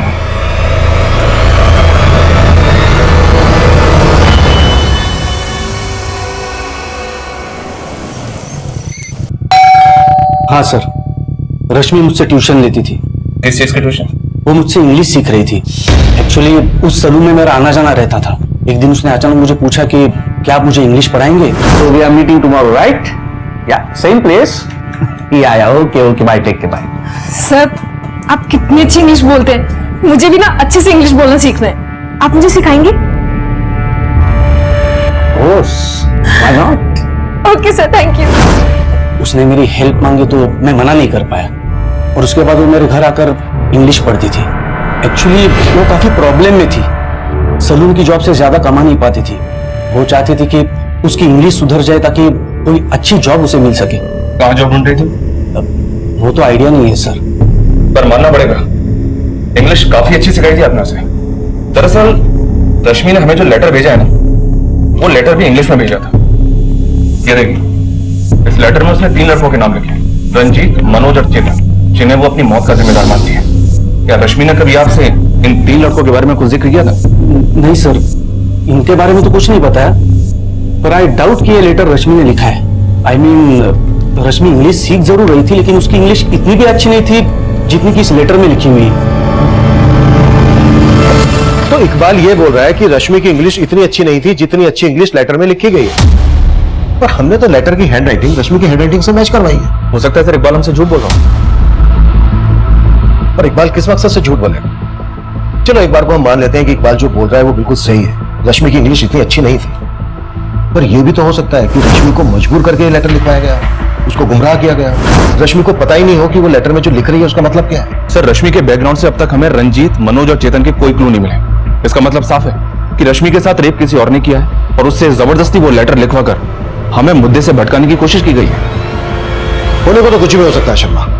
इस लिहाज से हर वो आदमी हमारा सस्पेक्ट है जो अब तक हमारी रडार में आया है। विजय को उठा लो, जो रश्मि के साथ सैलून में काम करता था। मनोज, रंजीत और चेतन की इन्वॉल्वमेंट को भी हम नजरअंदाज नहीं कर सकते। हो सकता है इन नामों के लोग हों, लेकिन अब तक हमारी नजर में ना आए हो। और ये लोग नोएडा के रहने वाले हों, जहां पर रश्मि की हमें लाश मिली थी। नोएडा और दिल्ली में इन नाम के जितने भी लोग हैं, सबका डेटा निकालो और सबको इन्वेस्टिगेट करो। Okay sir. मैं कमिंग सर? कमिंग। सर ये वही नोटपैड है जिसपे रश्मि ने इंटरव्यू वाली जगह का एड्रेस लिखा था। लेकिन सर एक बात समझ में नहीं आई, रश्मि ने वो पन्ना तो फाड़ दिया था जिसपे उसने एड्रेस लिखा था। सर फिर आपने ये नोटपैड क्यों मंगवाया? वेट,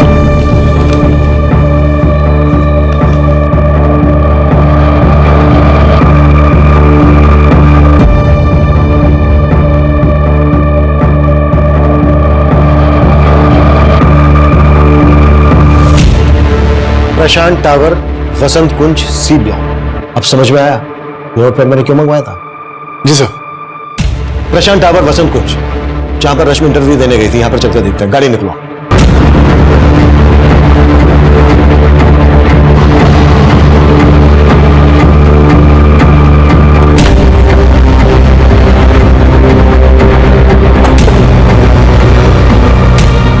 सर ये प्रशांत टावर तो अंडर कंस्ट्रक्शन साइट है, यहाँ कोई इंटरव्यू के लिए कैसे आ सकता है? पर किसी को यहाँ रेप और मर्डर करने के लिए तो लाया जा सकता है।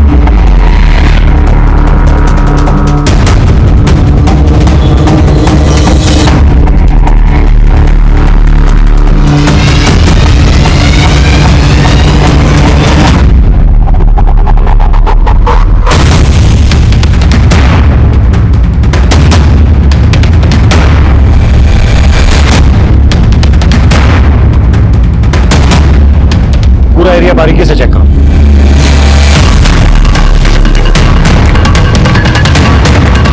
Sir, button. यहाँ जरूर कोई कांड हुआ है। अभिषेक सर, फोरेंसिक टीम बुलाओ तुरंत और पता करो ये जगह किसकी है और यहाँ किन किन लोगों का आना जाना है। सर। हाँ सर, मैं मानता हूँ कि मैं रश्मि को पसंद करता था, लेकिन ऐसा मैंने कुछ भी नहीं किया है। हम भी मानते हैं कि सबसे पहले तूने हमें आदित्य के बारे में बताया था, लेकिन तूने ये नहीं बताया था कि सिर्फ आदित्य का और रश्मि का ही नहीं, बल्कि तेरा और आदित्य का भी झगड़ा था। नहीं सर, आदित्य से मेरा कोई झगड़ा नहीं था। मैं उस लड़के से सिर्फ रश्मि को प्रोटेक्ट करने की कोशिश करता था।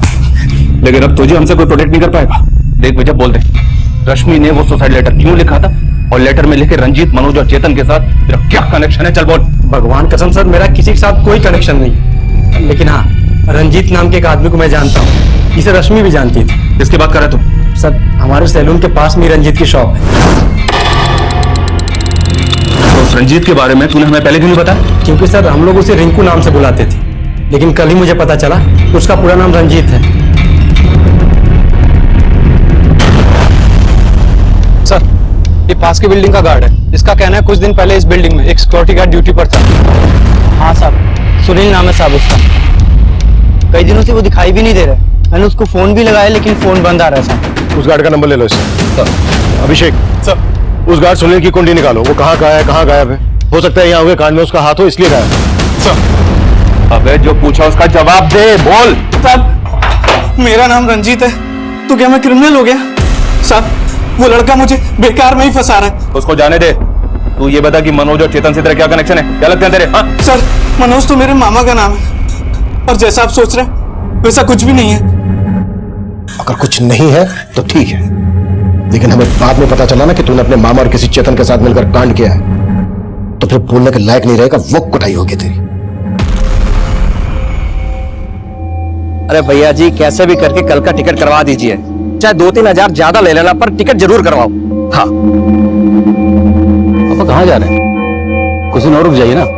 नहीं बेटा, अब मेरा यहाँ से जाना ही सही है, पर मुझे इस बात की खुशी है कि तुमने रश्मि की बातों को भुला दिया। अरे छोड़िए पापा जी इस बात, जो हुआ सो हुआ, भूल जाइए।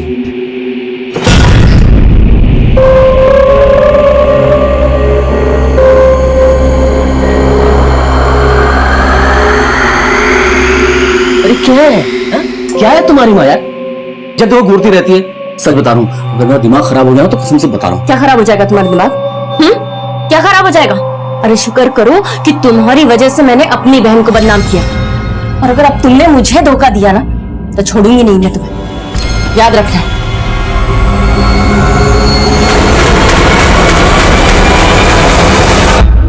सर, ये प्रशांत टावर के सिक्योरिटी गार्ड सुनील की फोटो है। सर, सुनील के मोबाइल नंबर के सर्विस प्रोवाइडर से इसका फोटो मिला है। सुनील गोविंदपुरी का रहने वाला, लेकिन इसके घर पे ताला लगा है और पिछले 1 हफ्ते से इसका नंबर भी बंद है। सर, सुनील के कॉल रिकॉर्ड में किसी मनोज, चेतन या रंजीत का नंबर नहीं मिला। ये बिना किसी वजह के तो गायब होगा नहीं। इस सुनील का लुकआउट नोटिस जारी करो और इसका पूरा बैकग्राउंड खंगालो।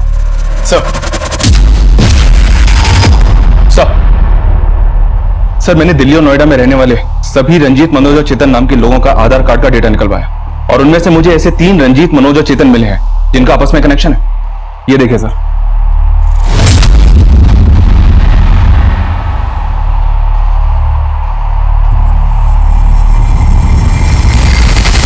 सर, ये तीनों हिस्ट्री शीटर है। इन तीनों ने मिलकर रंजीत की बहन के लवर मुकेश का मर्डर किया था, लेकिन सबूत की कमी की वजह से कोर्ट ने इन तीनों को सिर्फ 4 साल की सजा सुनाई थी। 1 साल पहले तक ये तीनों तिहाड़ जेल में थे। पता चला है कि वहां से निकलने के बाद इन तीनों ने अपना खुद का एक गैंग बना लिया।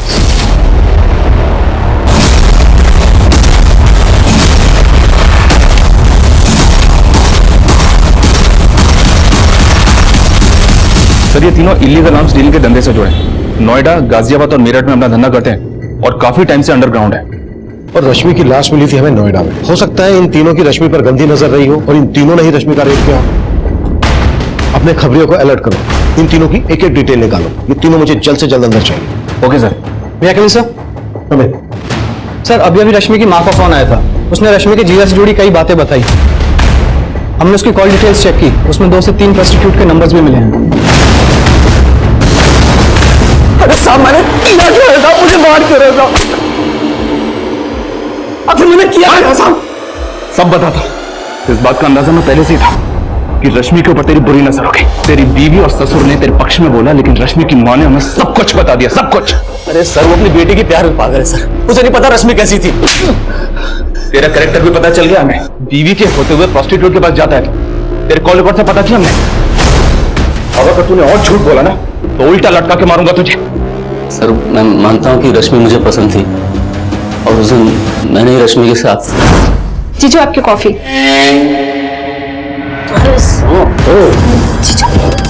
जीजू क्या कर रहे हैं आप?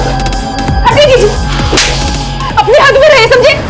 साहब मैं डर गया था साहब, मुझे लगा कि इसके पहले रश्मि जाके सुमन को सब कुछ बता दे। मैंने सुमन से जाके झूठ बोल दिया कि रश्मि ने मेरे साथ। इतना ही नहीं, तूने लाजवंती गार्डन पुलिस को यह भी बोला कि रश्मि ने तेरी बीवी की जान लेने की कोशिश की। सर रश्मि ने जानबूझ के धक्का नहीं दिया था, उन दोनों का झगड़ा हुआ था और उसके बाद रश्मि का रेप हुआ। शायद तूने ही उसे मजबूर किया सुसाइड करने के लिए, क्या उसका मर्डर किया? अरे सर मैं क्यों करूंगा ऐसा साहब? तो रंजीत, मनोज और चेतन से करवाया तूने? बोल साहब, मैं इन तीनों को जानता तक नहीं। कि मैंने कुछ नहीं किया, मुझे जितना पता था मैंने आपको सब कुछ बता दिया साहब, मेरा विश्वास कीजिए। रश्मि का जीजा माधव इस केस का शातिर खिलाड़ी था जो कुछ भी कर सकता था, लेकिन अब तक माधव अपने इस बयान पर अडिग था कि रश्मि की हुई संदिग्ध मौत और रेप में उसका कोई हाथ नहीं है। माधव के अलावा आदित्य और विजय भी हमारी रडार पर थे। वहीं दूसरी तरफ अंडर कंस्ट्रक्शन बिल्डिंग प्रशांत टावर के गार्ड सुनील की भी हमें तलाश थी और तभी हमें मनोज, रंजीत और चेतन नाम के 3 गुंडों का पता चला और उन्हें ढूंढने के लिए हमने अपना खबरी नेटवर्क तुरंत एक्टिव कर दिया। क्या ये वही गुंडे थे जिनके बारे में उस खत में लिखा गया था? क्या ये वाकई में रश्मि के गुनहगार थे या फिर इनके नाम का इस्तेमाल करके कोई बड़ा खेल खेला जा रहा था? ये कुछ ऐसे सवाल थे जो इस केस में उठ रहे थे और हर मोड़ पर एक नया खुलासा हो रहा था। सर ये रश्मि का ट्यूशन टीचर इकबाल तो बहुत पहुंची चीज निकला। ये एक हाई प्रोफाइल फिल्म है, इसके कॉल कॉस्ट में कई सारी लड़कियों के नंबर हैं जिन्हें ये एस्कॉर्ट बना के अपने कई सारे क्लाइंट्स के पास भेजता है।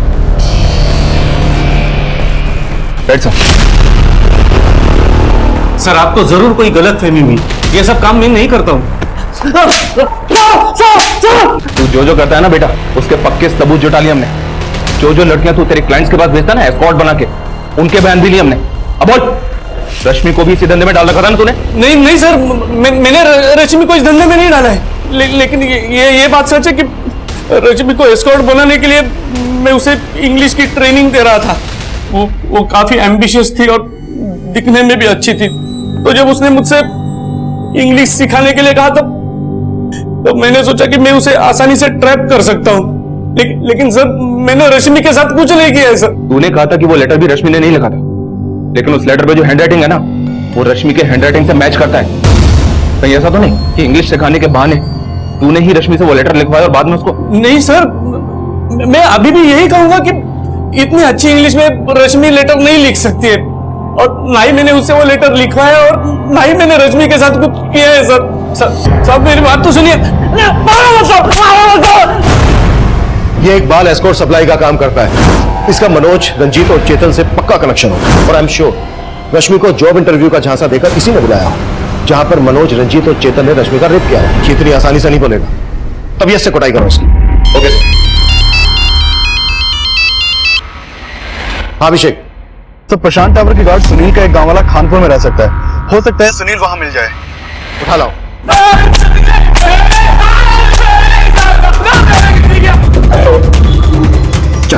हो जा शुभ। साहब मैं किसी मनोज, चेतन और रंजीत को नहीं जानता साहब। कुछ नहीं किया तो फिर भागा क्यों था? न्यूज पढ़ा था इसका रेप हुआ और 4 दिन पहले वो हमारी बिल्डिंग में आई थी, तो साहब मैं डर गया इसलिए भाग गया था साहब। तू भागा इसलिए था क्योंकि उसके रेप में तू भी इन्वॉल्व है। साहब मैंने कुछ नहीं किया साहब, वो लड़का है वो उसने कुछ किया हुआ साहब। उसको कौन लड़का? उसको मैं नहीं जानता साहब, वो 2 दिन पहले मुझे मिला था साहब। उस लड़के ने मुझे पैसे दिए थे और बोला था वो लड़की लेके आएगा, तो साहब मैं लालच में आ गया और मैंने हाँ कर दिया, और अगले दिन ही साहब वो वहां पर आया और उसके साथ एक लड़की और एक लड़का था साहब। वो दोनों लड़के इनमें से कौन थे? इकबाल, विजय, माधव, आदित्य, मनोज, रंजीत, चेतन, कौन थे वो दोनों इनमें से? साहब मैं उसको बहुत अच्छे तरह से पहचानता हूँ साहब, और इनमें से वो कोई भी नहीं था। और साहब दूसरा लड़का उसको तो मैंने देखा भी नहीं था साहब। जिस लड़के ने तुझे पैसे दिए थे उसका स्केच बनवा सकता है? जी साहब।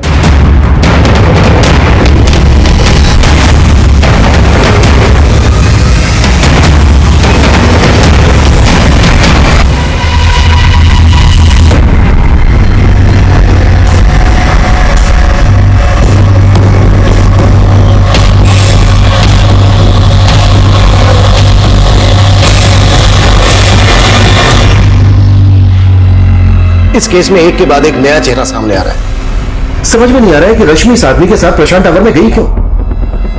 वो लेटर, रश्मि का रेप और मौत, इसके पीछे कोई बड़ी कहानी है जो हमारी समझ में नहीं आ रही है। इस केस को क्रैक करने के लिए मनोज, रंजीत और चेतन का मिलना हमारे लिए बहुत जरूरी है। और हो सकता है इस आदमी के साथ जो एक दूसरा लड़का था ना, वो इन तीनों में से कोई एक हो।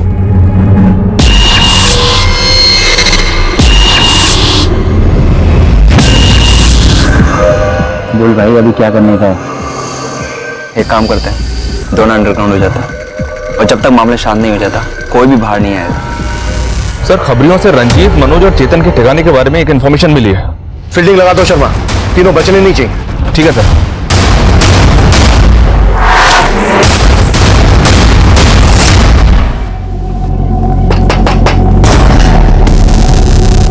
आवाज कम करना।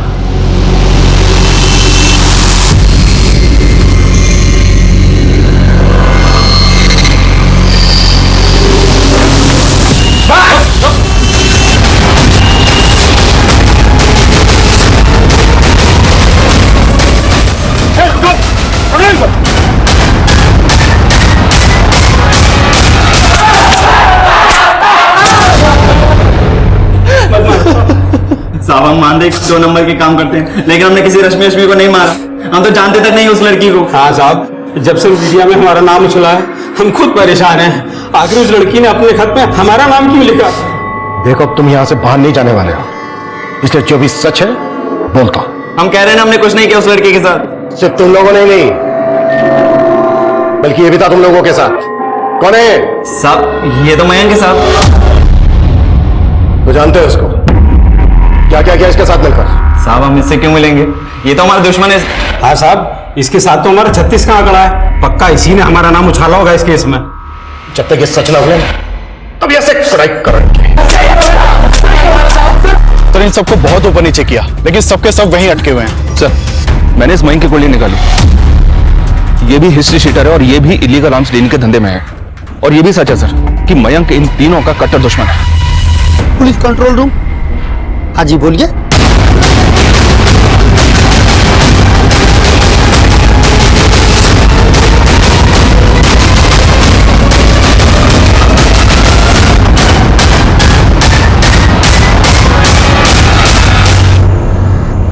आसपास देखो, कुछ मिलता है क्या?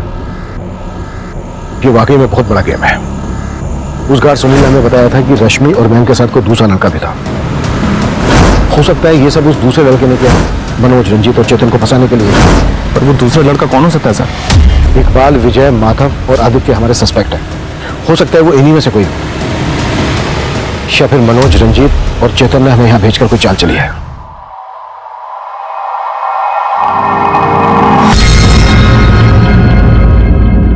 देखो, अब झूठ बोलने से कोई फायदा नहीं है। हमें पता चल गया तुमने अपने भाई नवीन के साथ मिलकर यह कांड किया है। लेके आओ।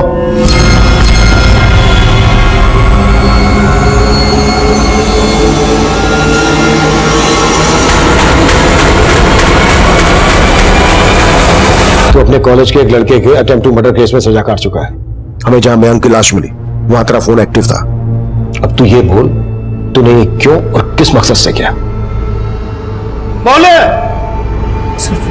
वो जब मैं जेल में अपनी सजा काट रहा था तो उसी वक्त रंजीत, मनोज और चेतन भी अपनी सजा काट रहे थे। अबे घबराता क्यों है? हम तो तेरे अपने हैं राजा। सर, मैंने कई बार जेल में उनकी शिकायत भी की, लेकिन वो तीनों किसी से नहीं डरते थे। उन्होंने मेरा वहां पे जीना नर्क से भी बदतर कर दिया था। मेरे रिहा होने से 6 महीने पहले ही वो लोग रिहा हो गए थे। उसके बाद भी उनकी ज्यादतियां मुझे सोने नहीं देती थी। मैं उनसे बदला लेना चाहता था, लेकिन कैसे, ये मेरी समझ में नहीं आ रहा था। और जब मुझे पता चला कि मयंक नाम के क्रिमिनल के साथ उनका 36 का आंकड़ा है, तो मैं मयंक से मिला। तो उन भूतनी वालों ने तेरा रेपा तू भी बदला लेना चाहता है ना उनसे, तो हाथ क्यों नहीं मिला लेता मेरे से? हाथ मिला के क्या करेगा? क्या उखाड़ लेगा तू उनका? एक प्लान है मेरे पास सर। मैं उनको रेप केस में अंदर करवाना चाहता था, ताकि वो लोग भी वही टॉर्चर सहन करें जो उन्होंने मेरे साथ किया था। सर, रश्मि निशा की दोस्त थी। मैं जब भी रश्मि को मिलती निशा के साथ, तो वो उसको अपने प्रॉब्लम शेयर किया करती थी। वो अपनी जीजा और एक्स बॉयफ्रेंड से तंग आ चुकी थी, और वो एक नई जॉब के लिए भी डेस्परेट थी, ताकि वो अपनी बड़ी बहन और जीजा का घर छोड़कर जा सके और अलग रह सके। और इसी चीज का सर हमने फायदा उठाया।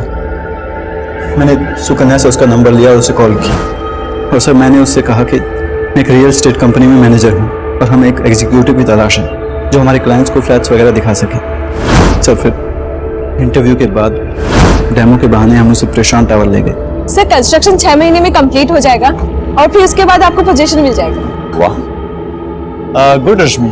लेकिन तुमने तो कहा था कि तुम्हें इंग्लिश में बात करनी नहीं आती। सर सच बताऊं तो मुझे इंग्लिश अच्छे से नहीं आती है, लेकिन अभी मैं सीख रही हूँ। इंग्लिश में लिख तो सकती हो ना? जी सर। रश्मि ये लेटर लिखो, और उसे मिसगाइड करके उससे वो लेटर लिखवाया। उसके बाद सर हमने इसलिए वहां पे उसको डंप किया था क्योंकि मुझे पता था रंजीत, मनोज और चेतन उसी एरिया में धंधा करते हैं। और फिर सुकन्या ने वो लेटर पोस्ट कर दिया। प्रशांत टावर में हमें शराब की कुछ खाली बोतलें और कंडोम्स के पैकेट मिले। वो वहां कैसे पहुंचे? वो मुझे नहीं पता सर, क्योंकि जब हम वहां पहुंचे तो वो चीजें वहां पर पहले से ही थी। मयंक ने तो सब में तेरा साथ दिया था ना? मयंक को क्यों मारा? सर क्योंकि आप लोग उसके पीछे पड़ गए थे, और मुझे डर था कि अगर वो पकड़ा जाता तो फिर हम दोनों भी फंस जाते, इसलिए मैंने मयंक को मार दिया सर।